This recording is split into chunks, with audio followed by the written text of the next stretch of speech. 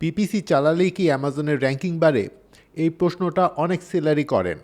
কেউ বলেন পিপিসি চালান র্যাঙ্কিং অটোমেটিক্যালি বাড়বে, আবার কেউ বলেন পিপিসি আর অর্গানিক র্যাঙ্কিংয়ের মধ্যে কোনো সম্পর্ক নেই। আসলে সত্যটা কি? সত্যটা একটু মাঝামাঝি। পিপিসি চালালেই যে আপনার অর্গানিক র্যাঙ্কিং অটোমেটিক্যালি বেড়ে যাবে এমন কোনো গ্যারেন্টি নেই। কিন্তু পিপিসি থেকে যদি রেলিভেন্ট ট্রাফিক এবং সেলস আসে, তাহলে সেটা আপনার প্রোডাক্টের ওভারঅল পারফরমেন্সে সাহায্য করতে পারে। চলুন খুব সহজ একটা এক্সাম্পল দেখি। ধরুন আপনি একটি ওয়্যারলেস ইয়ারবাডস সেল করছেন। আপনার প্রোডাক্ট নতুন, তাই অর্গানিক সার্চ রেজাল্টে আপনি হয়তো অনেক নিচে আছেন। কাস্টমার আপনার প্রোডাক্ট সহজে খুঁজে পাচ্ছে না। এখন আপনি রেলিভেন্ট কিওয়ার্ড টার্গেট করে পিপিসি চালু করবেন। আপনার ক্ষেত্রে রেলিভেন্ট কিওয়ার্ড হতে পারে wireless earbuds, Bluetooth earbuds, noise cancelling earbuds ইত্যাদি।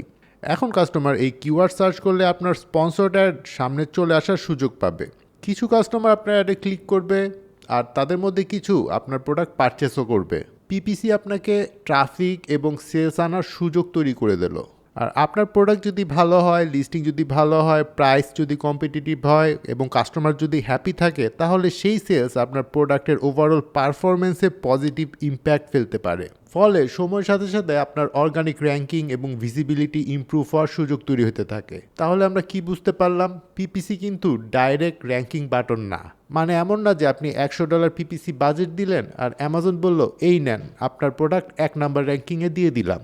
এটা এভাবে কাজ করে না, বরং আপনি পিপিসিকে আপনার ট্রাফিক এবং সেলস জেনারেশন টুল হিসাবে ভাবতে পারেন। আর সেই ট্রাফিক থেকে যদি প্রোডাক্ট ভালোভাবে কনভার্ট হয়, তাহলে সেখান থেকে অর্গানিক র্যাঙ্কিং তৈরি হওয়ার সুযোগ তৈরি হয়। আবার উল্টাটাও হতে পারে, আপনি পিপিসি চালালেন, অনেক ক্লিকস আসছে, কিন্তু কেউ পারচেস করছে না, কারণ আপনার লিস্টিং দুর্বল, প্রাইস বেশি, প্রোডাক্ট কাস্টমারের এক্সপেকটেশন পূরণ করতে পারছে না, অথবা টার্গেটিং ভুল। তাহলে শুধু পিপিসি চালিয়ে র্যাঙ্ক বাড়বে না, বরং আপনার বাজেট খরচ হবে আর কাজের কাজ কিচ্ছু হবে না। তাই র্যাঙ্কিং বাড়ানোর জন্য শুধু পিপিসির উপর নির্ভর না করে একসাথে কয়েকটা বিষয়ের উপর কাজ করতে হবে।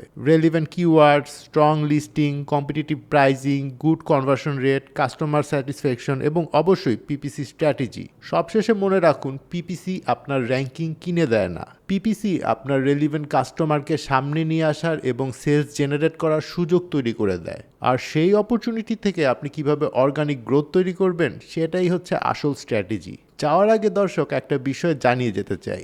বর্তমানে অ্যামাজন এবং ই কমার্স ইন্ডাস্ট্রিতে দক্ষ অ্যামাজন প্রফেশনালসদের চাহিদা দিন দিন বাড়ছে। দেশ বিদেশের অনেক কোম্পানি, সেলার এবং ব্র্যান্ডগুলো প্রোডাক্ট রিসার্চ, প্রোডাক্ট লিস্টিং এবং পিপিসির মতো দক্ষতায় পারদর্শী মানুষ খুঁজছে।